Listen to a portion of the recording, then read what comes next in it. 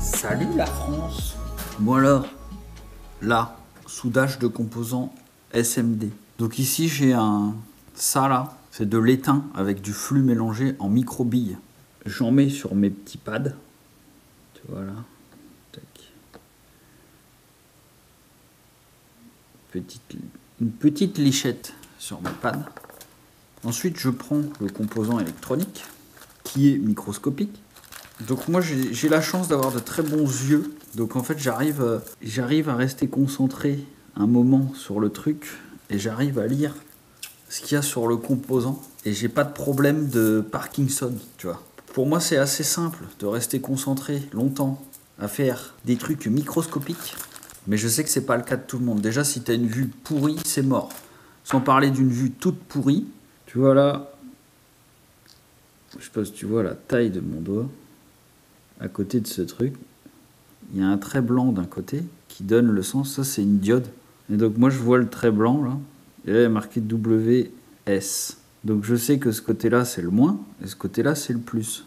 Sur mon composant électronique, là, sur ma carte PCB, à l'emplacement de ce composant-là, il y a marqué D... bon, là, on n'arrive plus à lire, mais c'est marqué D10, ici. C'est pour la diode numéro 10. Donc, ça, c'est pas une diode électroluminescente, c'est une diode.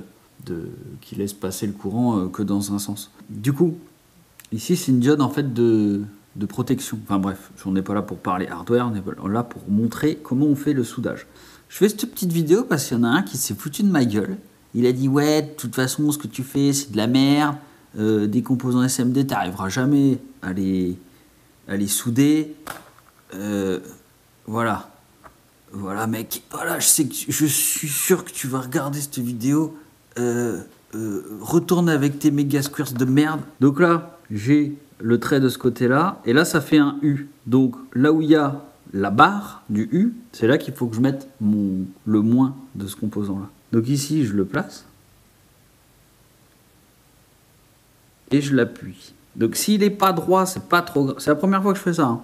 S'il n'est pas droit, c'est pas trop grave. Je me suis déjà entraîné de l'autre côté. C'est pour ça que je fais la vidéo du... J'ai fait le côté recto du PCB, maintenant je fais le verso. Donc s'il n'est pas droit sur le flux, c'est pas dramatique, parce qu'une fois qu'on va chauffer, il va se placer correctement.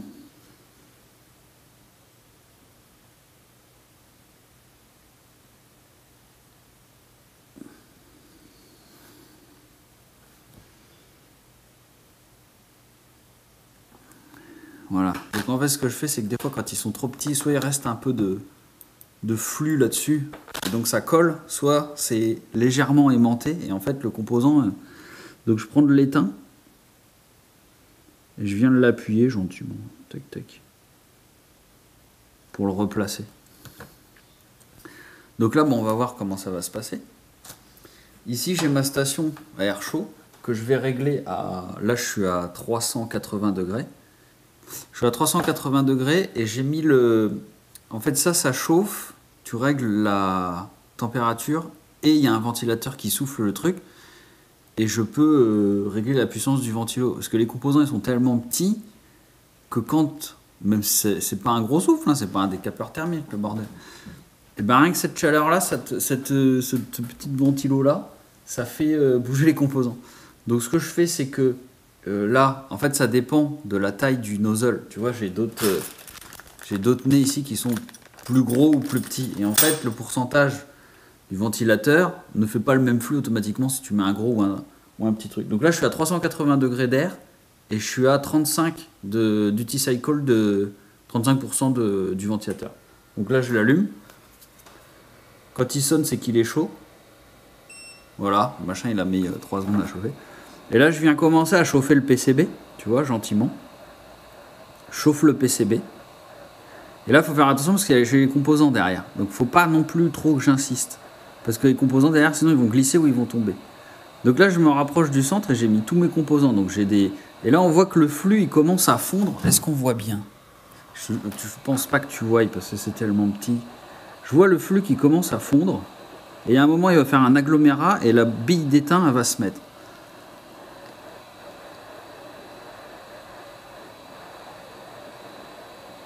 Et tous les composants, ils vont se placer automatiquement dessus. Tac, tac, tac, tac, tac, tac, tac.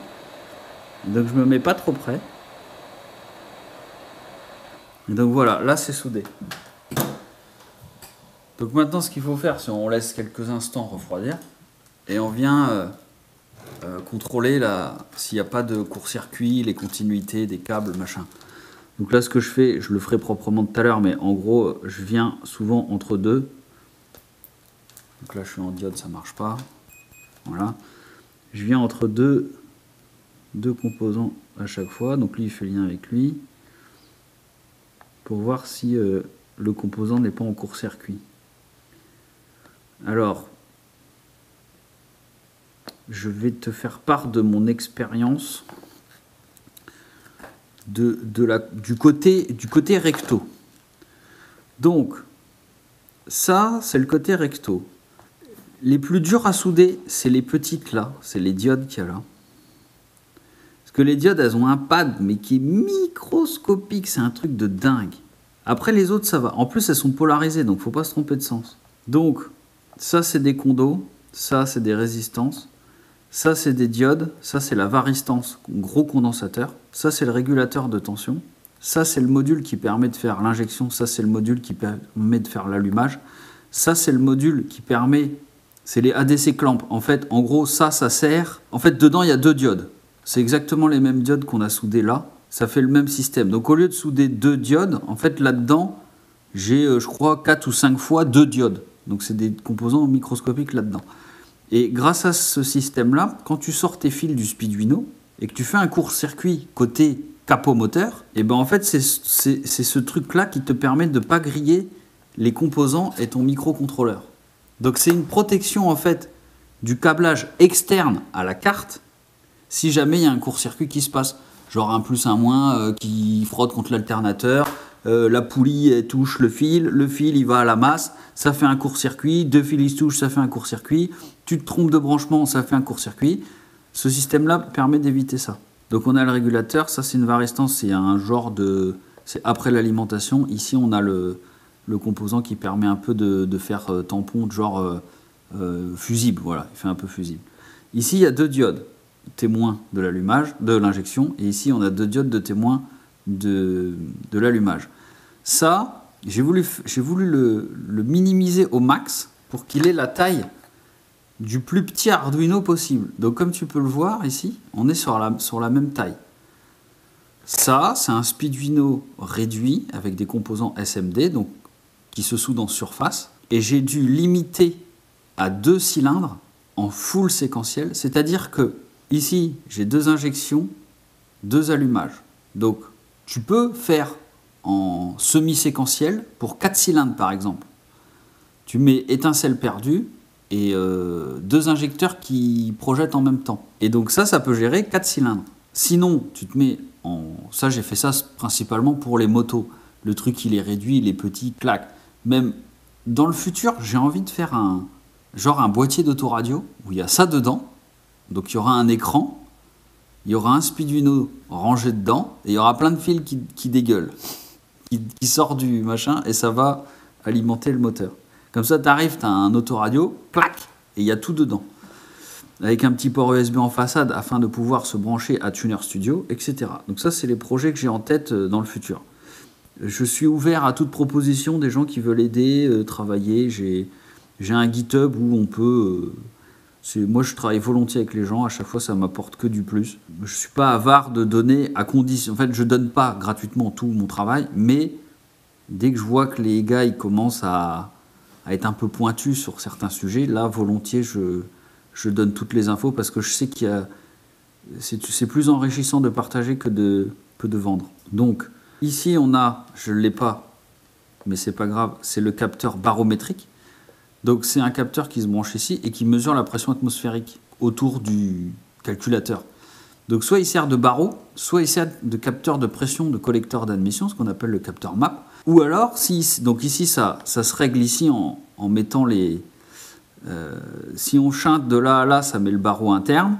Si on chante de là à là, non, si on chante de là à là, ça met ce capteur-là, il faut y emmener une durite qui va au collecteur d'admission. Si on le chante de là à là, du coup, lui, il n'y a pas besoin de le relier, il reste comme il est. Et on vient souder ici le capteur de map externe, qui lui va donner la pression du collecteur d'admission au logiciel, au firmware Speeduino. Donc, ici, du coup, on a injection, le moins, l'alimentation en plus. Il y a quand même deux options. C'est ces deux MOSFET ici, là. Ici, on a deux MOSFET pour les options. Donc, éventuellement, on pourrait passer en 4 cylindres en full séquentiel grâce à ces deux options. Mais j'ai préféré garder ces options parce qu'on a besoin de commander une pompe à essence et autres. Donc ici, on a un ground qui sort. Ici, on a un 5 volts qui sort parce que ça, c'est un régulateur qui fait du 5 volts. Et pour alimenter nos capteurs, on a besoin de 5 volts. Ici, c'est le capteur IAT, donc le Intake Air Temperature, donc la température d'air extérieur. Ici, on a le crank, c'est le capteur d'arbre à cam. Ici, on a le TPS, c'est la position du papillon de gaz. Ici, on a le clutch, je l'ai laissé. C'est pour faire les launch control. Tu as un bouton que tu mets à la masse ici. Ou alors, sur ta pédale d'embrayage, sur les motos, on pourrait dire que c'est sur je suppose il doit y avoir un capteur d'embrayage sur le levier de vitesse, le levier d'embrayage des bécanes. Et ici, c'est la sonde O2. Donc la sonde O2, deux choix. Soit on est en simple bande, en bande étroite, pardon, et on vient chanter de là à là. Soit on est en large bande et on vient chanter de là à là. Mais si on vient chanter de là à là, on a un signal qui doit revenir de la sonde lambda qui est en 5 volts. Et pour ce faire, il faut un module spécial ou une sonde AEM par exemple, où on vient se brancher directement notre fil de communication ici, qui fait enfin, c'est pas un fil de communication, c'est un fil qui renvoie du 0 à 5 volts. Je pense qu'on a fait le tour. Donc après, il y a suivant les options d'allumage, si on a des bobines en 5 ou 12 volts, on chante là ou là. Et les deux auxiliaires ici sont bloqués, là. C'est-à-dire que si on branche un truc ici, il ne se passe rien. Il faut simplement souder de là à là pour que l'info aille au microcontrôleur. J'ai fait ça, c'est pour éviter que cette espèce de rond-là fasse antenne et perturbe le signal qu'il y a ici. Ici, comme on peut le voir, j'ai fait ça assez proprement, où les largeurs, en fait, entre un MOSFET et des sorties, il faut que la longueur de piste, pour être le plus propice, soit de même longueur. C'est pour ça que, par exemple, ici, on voit que ça fait un petit quick. Là, ça fait un petit quick. Ça fait des détours, en fait, pour être de la même longueur. On le voit là, par exemple. Cette piste-là, là, elle fait ça, elle va en bas et elle revient là. Elle pourrait aller en direct, mais si elle va en direct, elle n'est pas de la même longueur que l'autre. Donc ces deux nappes-là ont la même longueur des pattes du microcontrôleur aux sorties. C'est pas grand-chose, mais c'est plus dans les règles de l'art. Je pense qu'on a fait le tour des composants. Mon petit pote, comme tu peux le voir, j'ai réussi à souder, et c'est la première fois que je soude du SMD. Donc il faut prendre son temps, et ça fonctionne en fait. Il faut prendre son temps, avoir le bon matos, et ça fonctionne. On peut tenter. Oui. Je pense que c'est quoi le... Alors ça, j'avais pas prévu ça comme ça. Il faut que je dessoude ça et que je mette des pattes droits et il se branche comme ça. Là. Clac. Donc il y a le Bluetooth. Les pins ici, soit on fait péter des dominos comme ça là, qui se branchent là-dedans. Soit on soude direct le fil dessus. J'ai plus qu'à souder les pins pour plugger l'Arduino. Et il me manque seulement deux composants, mais c'est pas trop grave. C'est la diode de protection de la LED. En fait, si tu veux, ça c'est l'injection. Ici, on a l'injection. Ça, c'est les LED témoins que le signal part. Ce qui se passe, c'est que quand le signal il part, il alimente un injecteur. Un injecteur, c'est une électrovanne. Une électrovanne, c'est un petit solénoïde qui va bouger dans un tube où il y a un champ magnétique. Ce qui fait que quand on arrête de l'alimenter, il revient à sa place initiale. Seulement, quand il revient à sa place initiale, quand on ne l'alimente plus, lui-même, vu que c'est un champ magnétique avec des bobinages, crée un courant. Ce courant de retour pourrait éventuellement venir abîmer la diode témoin du de l'injection. Et c'est pour ça qu'on met une diode ici qui va bloquer le courant pour pas qu'elle retourne. C'est-à-dire que quand on alimente, la diode s'allume, c'est le signal est dans le bon sens, le voltage est dans le bon sens. Quand on arrête d'alimenter, le solénoïde de l'injecteur fait marche arrière, le courant est inversé. Donc le courant, un micro-courant généré par le solénoïde en lui-même. Quand il revient, clac, clac, la diode qui est là, elle bloque le courant. Cette diode-là ne peut pas être affectée par... elle ne peut pas être abîmée. Donc ici, on a les deux options. Donc soit on passe en capteur map, soit... Enfin, il n'y a pas de soit, on a deux options. Donc on a le capteur map qu'on peut mettre en option. Et c'est toute la gestion qu'il y a là. Les composants qu'il y a là, ils servent à ces deux choses-là, parce que j'avais plus de place devant. Capteur map et capteur coulante. Donc tu peux avoir une moto, par exemple, qui n'a pas de refroidissement liquide. Tu n'es pas obligé de souder les composants qu'il y a là. Voilà. Si tu n'as pas de map, si tu utilises le map qu'il y a devant, et que tu t'en fous du barreau, et que tu es en refroidissement par air, tu n'as pas besoin de souder ça. Si au contraire tu veux le barreau plus le capteur map, ce qui est mieux, et d'utiliser le retour info du liquide de refroidissement, de la température du liquide de refroidissement, il faut souder les fils là et là pour sortir au capteur. Voilà, on a fait le tour du truc. Maintenant, je vais passer... ouais, il faut que je soude mes petits pins pour plugger l'Arduino. Donc c'est parti, go ma gueule. Maintenant, je te laisse avec le contenu où tu me vois souder tout un tas de merdier là-dedans.